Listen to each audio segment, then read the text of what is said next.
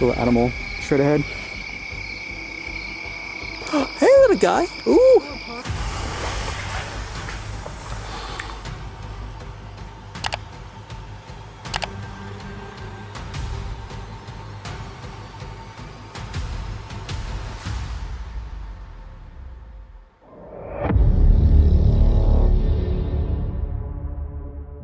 Some encounters don't start with danger, they start with control, until one small shift changes everything.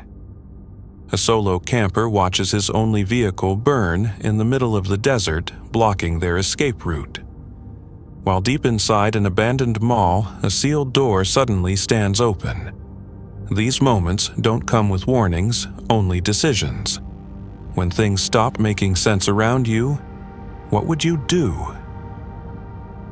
On September 17, 2018, a solo camper from the YouTube channel Coyote Works recognized for filming off-road camping and remote travel drives into the isolated desert east of Bend, Oregon. The outing begins as a normal trip. Everything feels calm and under control, until a camping encounter develops and the one thing keeping him alive out there suddenly turns into the issue. The trip starts along Highway 20 east of Bend, Oregon. He makes a brief stop at a small roadside shop before continuing farther into the desert. The plan is simple. Drive into a remote location, explore, and set up camp for the night. Soon, he arrives at Glass Buttes, a wide-open area known for its volcanic rock and scattered remnants of old settlements. He leaves the main road and follows a dirt path looking for an abandoned homestead. After some time, he locates it. Broken wooden frames, rusted metal pieces, and the remains of what once stood there over 100 years ago.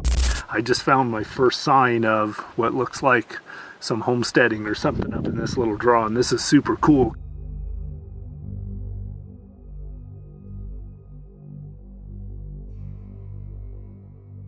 All right, this is pretty cool right here. This is, I walked just a little ways. I'm maybe 50 yards from the homestead down there. And this was an old barn, or the remnants of an old barn. And right up behind me here, there's a bunch of chicken wire. So I know there was a chicken coop up there. The place is silent with no one else nearby. While walking through the ruins, he suddenly hears a rattling noise near his feet. A rattlesnake is hidden beneath loose boards. He carefully steps back and avoids getting too close. There's a rattlesnake underneath these boards somewhere. I don't know if the camera can hear it buzzing every once in a while. It's a little one. He returns to the vehicle and continues driving toward a more remote campsite. The terrain becomes rougher, and at one point the road comes to a dead end. He turns around and spends nearly 2 hours trying to locate the correct route. Sometimes things just don't go as planned out here. So I ran into a dead end. I couldn't get through on the road that got me to the area where I wanted to go. So I've turned around and backtracked for about 2 hours. Well, I think I might have told you guys earlier that I was going to try to roll into camp a little early tonight. But I decided not to disappoint you guys. And in my typical fashion, I'm going to go ahead and roll into camp after dark, it looks like. Time is running late, and he chooses to keep going even as darkness sets in. Later, he stops to open a gate along the trail. As he steps out of the Jeep, something feels wrong. Smoke is coming from under the hood. He opens it and sees that something has already caught fire. He quickly grabs a fire extinguisher and attempts to put it out, but the flames spread faster than expected. A fire extinguisher, and I used both my fire extinguisher and a couple of gallons of water trying to put out the fire. As soon as I opened the hood, flames started coming up from the back of the motor. It looked like they were originating between the rear of the motor and the firewall. I continued spraying my fire extinguisher on the flames until it was empty. A few seconds after my fire extinguisher ran dry, as I was standing there looking at the Jeep, the flames flared back up again. God damn it, it's still going. So I ran around to the back of the Jeep and I grabbed a couple of gallon containers of water, came back to the front and started splashing water on top of the flames. And again, after doing that for a few minutes, it seemed like I had the flames somewhat under control. And they were somewhat under control in the engine compartment. But what I didn't quite realize yet is they had already started to spread through the firewall and were burning inside the dash, inside the passenger compartment of the vehicle. Within minutes, fire moves through the engine area and into the cabin. The flames intensify. Water and the extinguisher are not enough. He realizes the vehicle cannot be saved. He immediately changes focus. Instead of trying to stop the fire on the Jeep, he begins removing essential supplies, food, water, survival gear. Then he takes a shovel and starts clearing the ground around the burning vehicle, creating a fire break to prevent the flames from spreading into the dry grass. For nearly 2 hours, he works alone in the dark, digging and managing the fire as best he can. So I was trying to cut a fire line around this side, but I spent almost 2 hours intermittently fighting range fires and trying to cut fire line in around the Jeep. If a range fire gets started out here, it'll burn for 16,000 acres before it stops.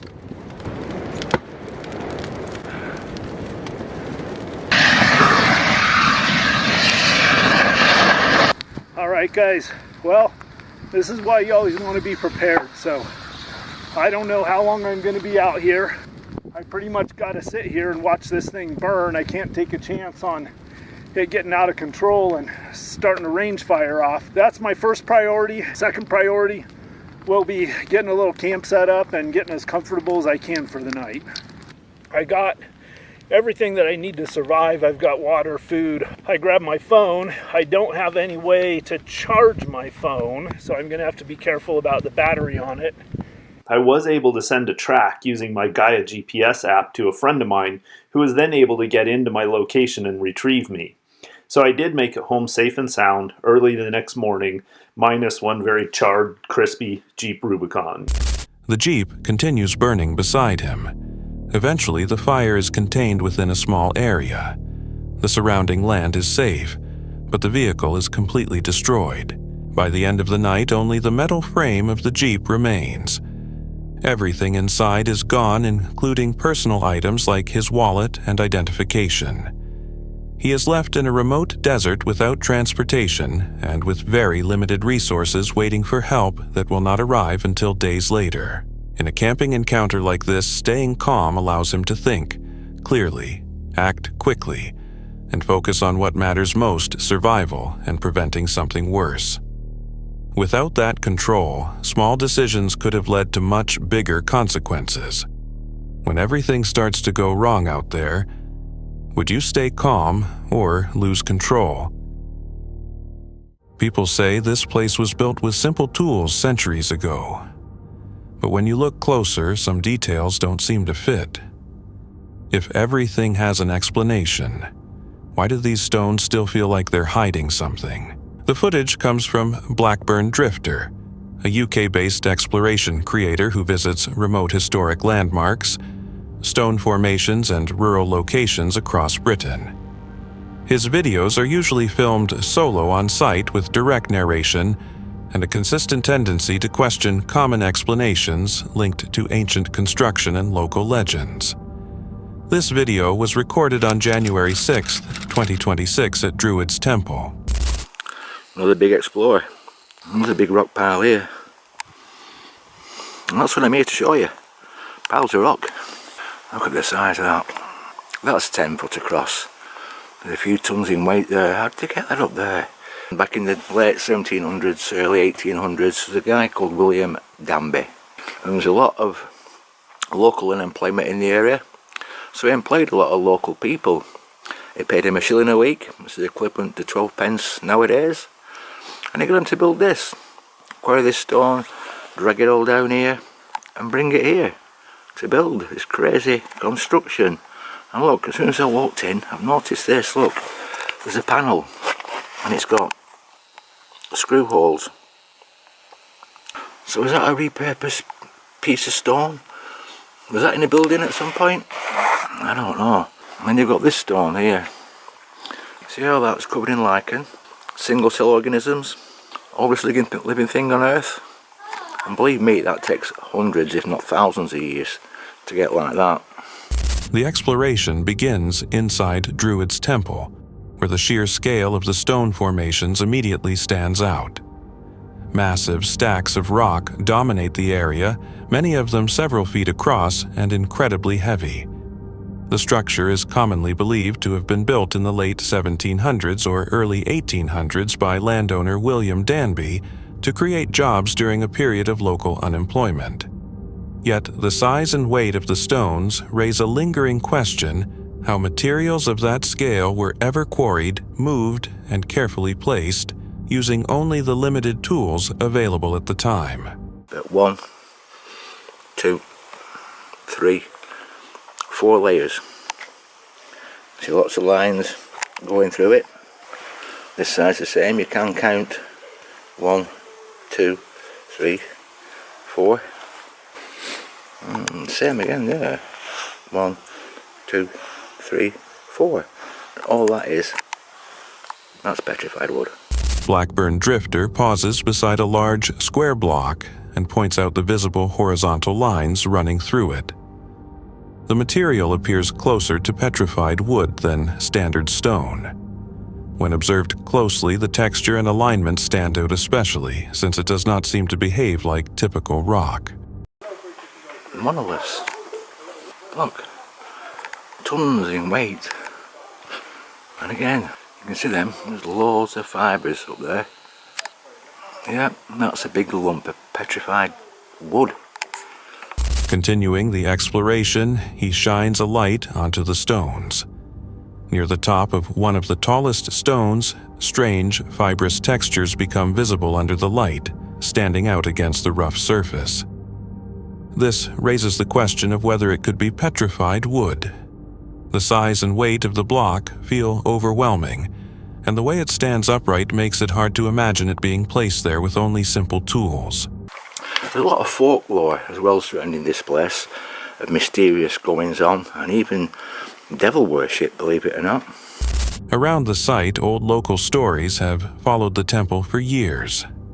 Some speak of unusual activity, while others mention darker ideas like devil worship. There is no proof behind these claims, but over time they have helped give the place a strange and uneasy reputation.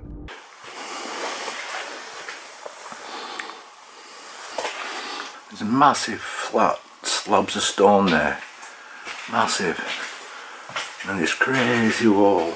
He then enters a small cave-like chamber at the back of the structure where flat stone slabs form the walls and a low ceiling. The space feels enclosed with only a narrow beam of light revealing its shape. Nothing unusual happens inside, yet the weight of the stone and the confined layout create a quiet sense of discomfort. Unable to endure the growing sense of unease, he decides to end the exploration early. The visit ends without any clear answers, leaving behind a simple question about how Druid's temple was really built and whether the common explanation fully accounts for it. Sometimes, when details don't fully line up, even simple structures can feel more complicated than they seem. If everything here was built exactly as believed, why do some parts still raise questions that are hard to ignore? This video comes from Sydney, a US travel vlogger who focuses on van life, car camping, and scenic adventures.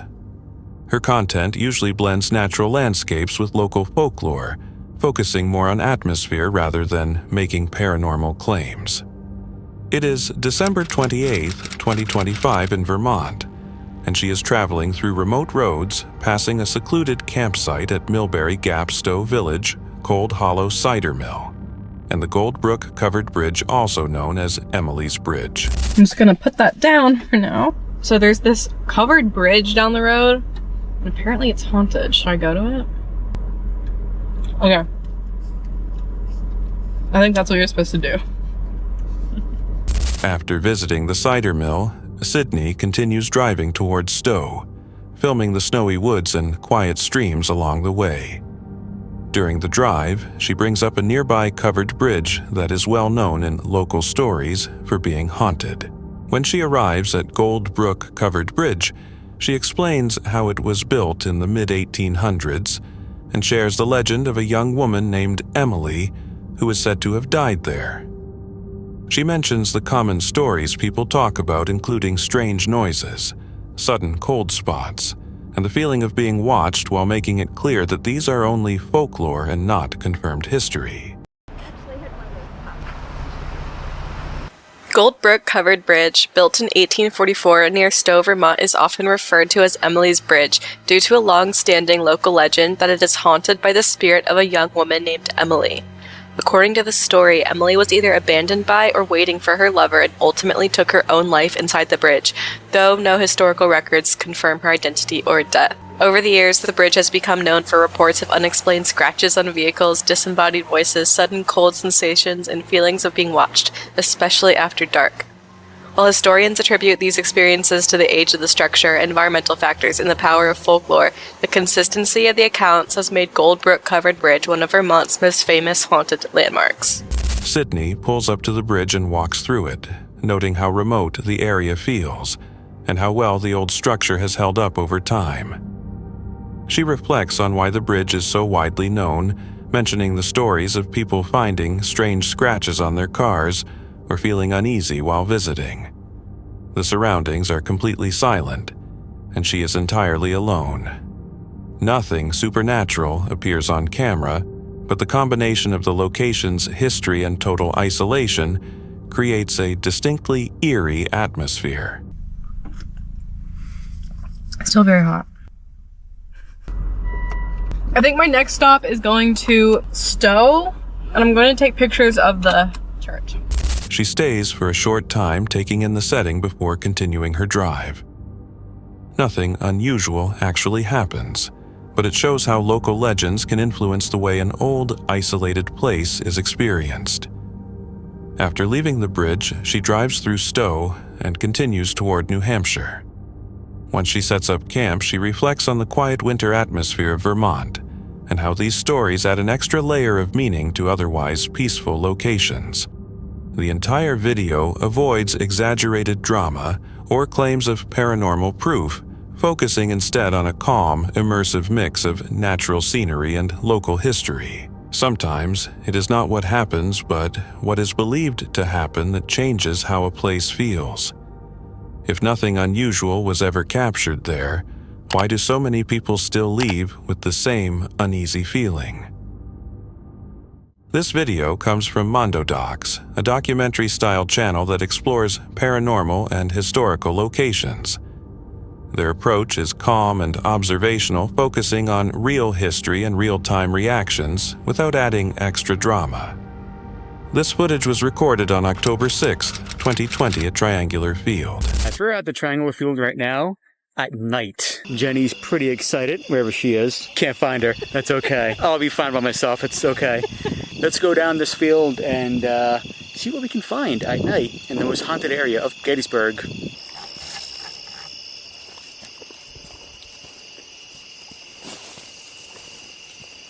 Oh, jeez, watch out for the... Looks like he's spraining an ankle.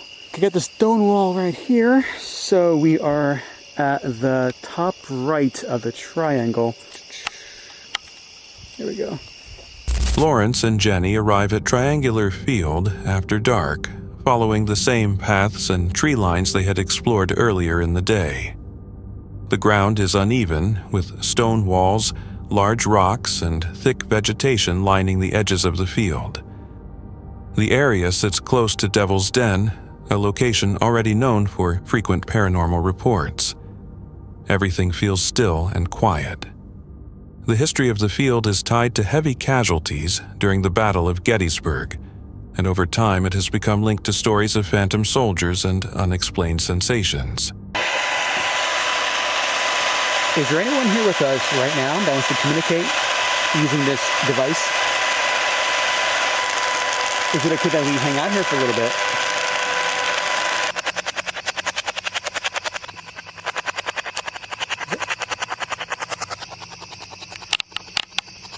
I really don't feel like anything's even here. Yeah? Which is odd considering everyone says this is like the most haunted thing. Yeah. If anyone's here and you want to say hi or even bye, you can let us know. I can turn my flashlight off. Please don't make the batteries die, but you can turn them off. Do you have a name? Are you at peace here? Are you a Confederate or a Yankee?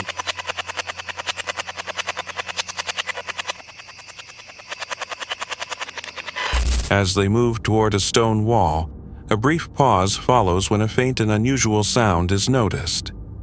It does not repeat and has no visible source. The moment passes quickly, and they sit beside the wall to begin a spirit box session attempting to detect any presence connected to the area. No clear or understandable responses come through, and the session remains silent. Devil's Den, also one of the most haunted spots in Gettysburg. Fun story about the hill that's next to it. It's called Little Round Top. And back in the 1950s, there's a story about these politicians, I think they're state or local politicians, who went up the hill. That's the path right here we found before earlier. And it was at night, and they were looking down at the fields, and they saw some soldiers coming out of the woods and then back into the woods. And they're like, okay, well, that's interesting. So they went to the park ranger office, and they were like, oh, hey, that's a great reenactment show on. And they're like, what show? There are no reenactment soldiers out there in the woods. All right, we're gonna walk down. So we cut these, I guess we can go through here, and then, because earlier we went straight through here. So, I mean, that has to take you around. So this has to go in a loop, I'm sure. So let's just do that. Check my phone, make sure my battery's not dying. Nope, it's good. But yeah, being out here at night isn't that scary. Go little animal straight ahead. Hey, little guy. Ooh. Oh, a possum? Oh, there's like a possum. Oh. It is a possum. Oh. Oh, yep, he went. So these parks close at 10 p.m. It is 8:17 p.m. So we can be out here until 10. It gets dark out pretty early now. They continue along the triangular path while discussing local legends connected to Devil's Den and Little Round Top, where sightings of phantom soldiers have often been reported. Along the way, small wildlife, including an opossum, appears in the distance, confirming that many of the sounds and movements around them have natural explanations. All equipment continues to function normally with no loss of power or unusual interference. Already hearing noises, but whatever. So I'm going to turn the light off, and you guys won't see anything because we can't see anything because it's basically pitch black out here. I mean, you'll hear everything, but we'll turn the lights off. Yeah, okay. So we can see the moon. That's it, and the sky a little bit. I can see the path of it. Kinda, yeah, you can, yeah. Not to the camera though, unfortunately. But we're gonna sit here in the darkness, and we're just gonna listen. Listen to the bugs and the animals and whatever through that rock. Yeah, I think this is the thing that fell from the tree. But yeah, even being out here in the pitch black, it really isn't that No, like I'm... Later, they sit on large rocks and turn off all sources of light, leaving themselves in complete darkness to focus on the surrounding sounds. Wind moving through the trees, insects and distant animal calls fill the silence, but nothing unusual or unexplained occurs. I thought it was like a weed touching my leg. Yeah. But I'm sure it was a bug. At one point, a brief sensation is felt against a leg, causing a moment of concern before it is quickly identified as a bug with no further strange activity following. As the visit comes to an end, Triangular Field does not reveal any strong or obvious signs of paranormal activity. Despite its reputation, the night remains quiet, the equipment works as expected, and no clear anomalies are captured. At the same time, the possibility remains open that different conditions or timing could lead to different experiences. Sometimes, a place can feel significant even when nothing clearly happens. If the same stories keep appearing over time, is it just imagination, or is there something people are still trying to understand? On December 12, 2024, a van lifer named Ariana uploaded a quiet daily vlog to her YouTube channel, Taking a Journey, a channel focused on solo van life, routine workdays, and life on the road. Filmed in a parking lot in Texas, the video follows an ordinary evening inside her van. Y'all, when is the last time y'all saw a store like this that you can drive through? So that truck just came out. I gotta go there one day. Not right now because I have somewhere to be, but yep. One day I'm gonna go there. That looks so cool. So I'm not sure where it's leaking from, but it has spilled everywhere. So the water is under here, all over the floor still. And down here. I am definitely gonna have to redo my floor. It's a lot of moisture under here and it's starting to pill up. I just got off. I just want to relax.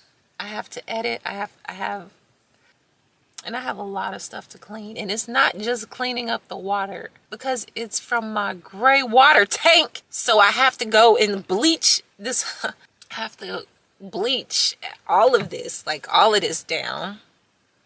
I had a bag of clothes sitting on the floor because I was gonna go wash. It's soaked now. And I have a huge mess over here, everywhere, because I had to take everything out. And I had to move stuff that was on the floor that is now wet.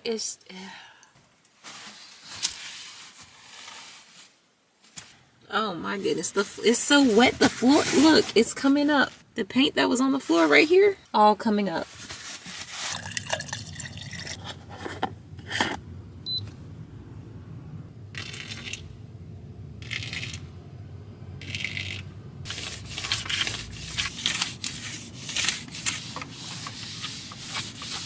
After a long day, Ariana returns to her van and finishes cleaning up a messy leak from her gray water tank. The situation has already left her tired and frustrated. Water has soaked the floor. The smell is unpleasant. She is physically drained and mentally worn down. Later that evening, she sits quietly inside the van. The lights are on. The space feels small but familiar. For a moment, everything seems calm. Then, without warning, a sharp knock hits the side of the van. So I just finished cleaning up. I bleached the floor 3 times. I'm pretty sure it's clean, but it just doesn't feel clean enough. You know what I'm saying?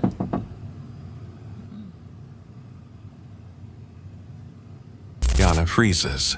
She does not expect anyone. She listens carefully, trying to understand what she just heard.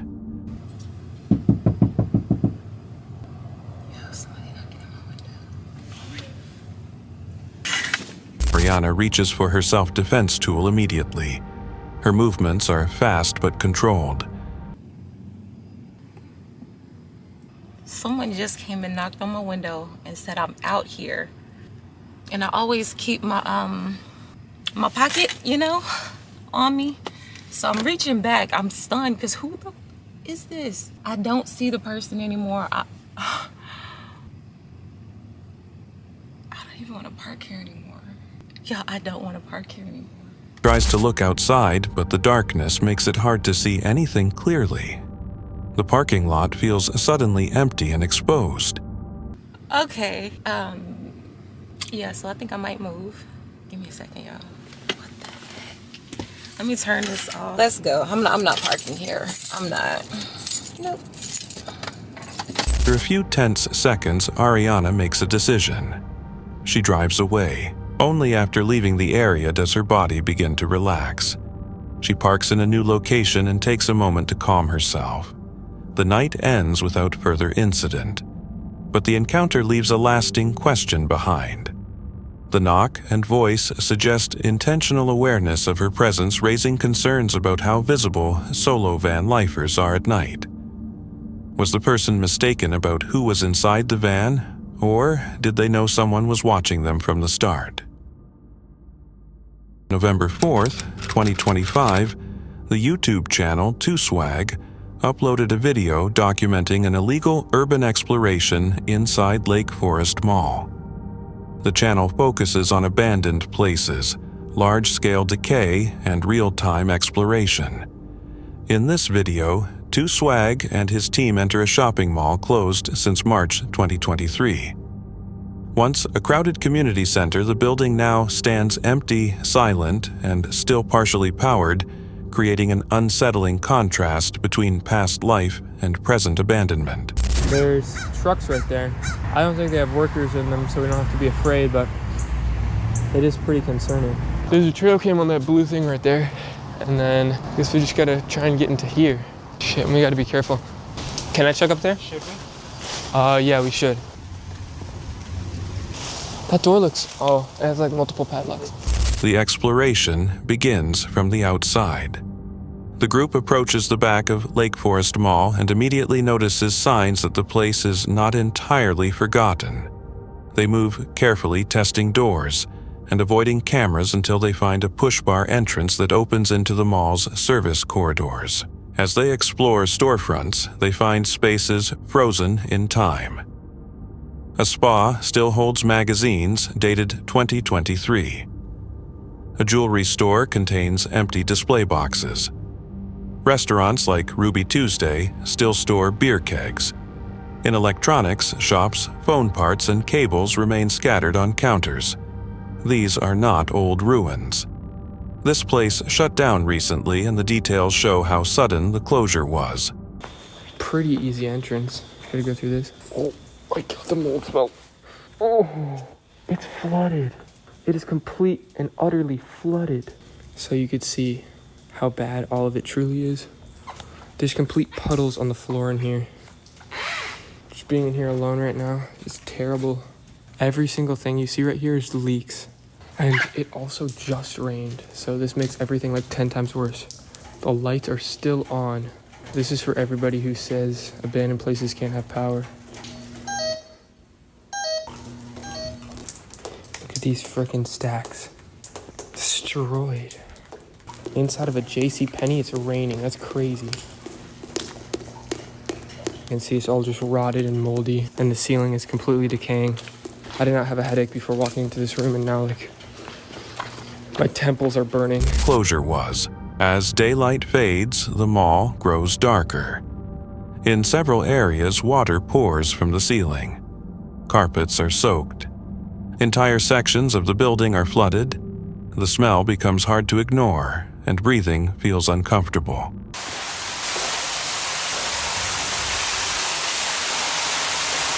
What the f***?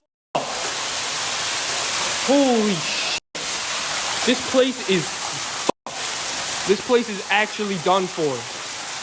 Oh my god. This is by far the worst, explosion I've ever seen of water. Let me get out of here. Holy shit. This is dangerous. Somebody probably did that thinking it was funny and just destroyed this entire mall forever. Oh. My shoes are already destroyed, so there's no real point. But I think this was the security office, how it was from when this place closed. None of this stuff works. All of this stuff is completely fried. They had all of their everything. These desks are just full. Files on files on files. Check request forms, due diligence, bank information, business plan, insurance, cash flow by month 2014. So they were making, I always wondered how much malls make each month. I wonder if we keep going through all these files, if we'll see the mall get less and less net income. I'm not supposed to be in here at all. I am exploring this now because in probably a month or two, this will be so moldy, I will not be able to explore it. It gets really moldy over here. This is terrible. This is the security office. I bet you they flooded it for a reason. My lungs are hurting. Just walking through this. Oh, this is mold. It smells so bad in here. There's a pair of bolt cutters. Oh, it's because of the paper, isn't it? I can't go in there. This is probably one of the wildest things I've ever seen. Is a check for $7,000 just floating down the office. That's awful. There's just money and credit cards and checks in here.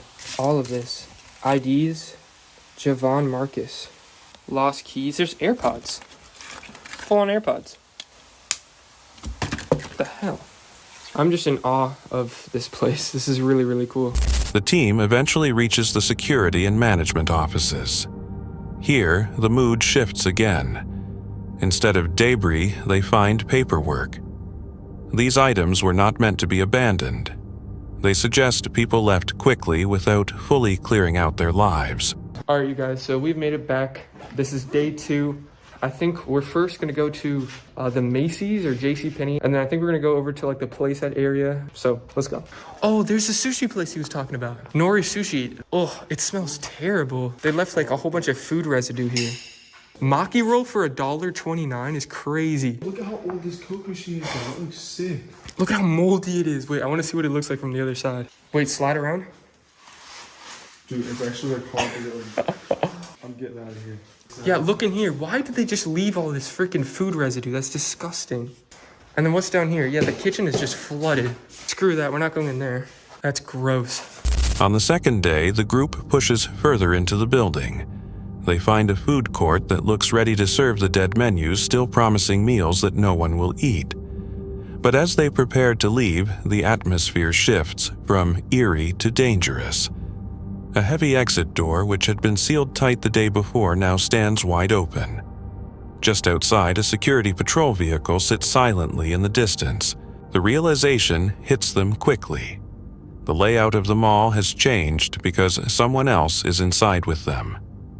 With their flashlight batteries running low and the shadows getting longer, the group makes a fast exit, aware that while the mall has no shoppers, it is far from empty. Many viewers pointed out that the real danger was not trespassing but neglect. Active utilities flooding mold and unsecured personal data suggest long-term oversight failures.